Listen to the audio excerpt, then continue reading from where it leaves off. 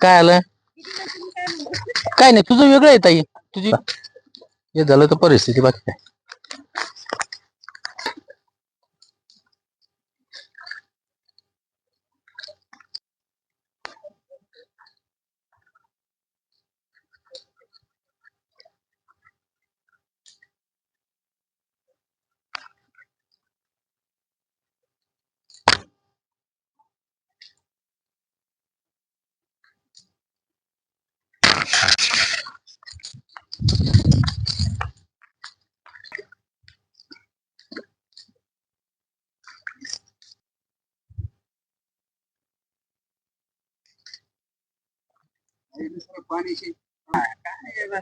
एवढं कसं गाळा गोळा येणार, काय करणार बरं, काय करावं तरी काय नाही.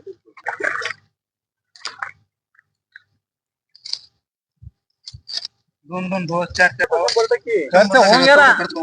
खर्च घरात यायचा माल तर नुकसान याच्याने का शेतीला गाणला का याच्याने काढा जेव्हा कापसावर जे वारा बार भाग द्यायचे कशा उधारी त्याला भरणाची उधारी मग हा ना सारखी झाली आता. माझे नाव विशाल चौकमल. मी जालना जिल्ह्यातल्या अंबड तालुक्यामधल्या एका छोट्याशा गावात आहे. मी या दरी आमचा कापूस हा 6 ते 6,500 रुपये, जो 40 क्विंटल कापूस होता, हा त्या भावाने गेला आहे. आणि या प्रकारे आमचे कमीत कमी 50 ते 60,000 रुपयाचा तोटा झाला आहे. तर मग हा जो तोटा आहे, हा आत्ता कापूस जेव्हा भाव वाढत आहे तेव्हा या 50 ते 60,000 रुपयाचा आम्हाला फटका बसला आहे. तर हे असं करून आत्ता सध्याला भाव वाढून हे सरकार आमच्या जखमेवरती मीठ चोळायचं काम करत आहे. मी शेतकरी पुत्र शिवाजी काशीनाथ शेळके, राहणार डोमेगाव, तालुका अंबड. आज कापसाचे भाव पाहता 8,000 ते 8,500 मध्ये आहे. पण ज्या वेळेस आम्ही कापूस घातला त्यावेळेस 6,000 ते 6,500 हा होता. आणि खूप आमचं नुकसान झालं, आर्थिक नुकसान झालं. सरकारने या प्रकारे आमच्या जखमीवर मीठ सोडलेलं आहे. तरीही आम्हाला आमचं आर्थिक नुकसान भरपूर प्रमाणे झालेलं आहे. माझं जवळपास 60,000 ते 70,000चं झालेलं आहे. सरकारने आमच्या तोंडाला पाणी पुसून आमचं भरपूर नुकसान केलेलं आहे. मी डोमेगाव अशोकराव जुजुगुलगे. मी डोमेगावचा रहिवासी आहे.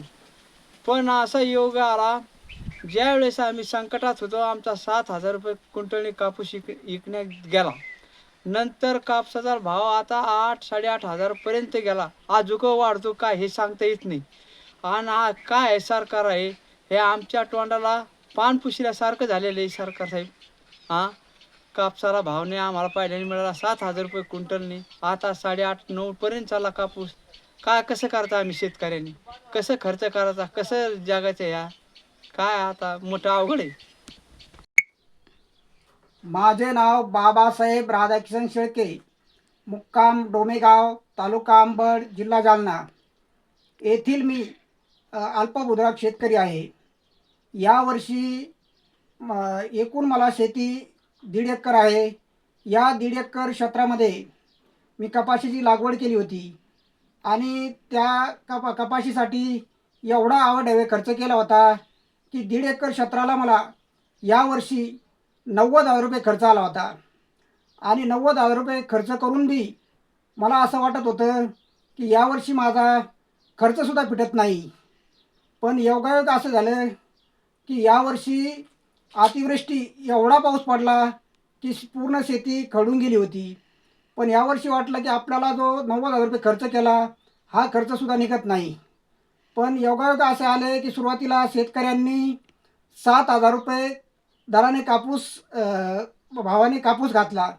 आणि यावर्षी एवढं माझं 1.5 एकर क्षेत्रामध्ये एवढा रेकॉर्ड ब्रेक आतापर्यंत कधी कापूस झाला नाही आणि इथून पुढे बी होणार नाही.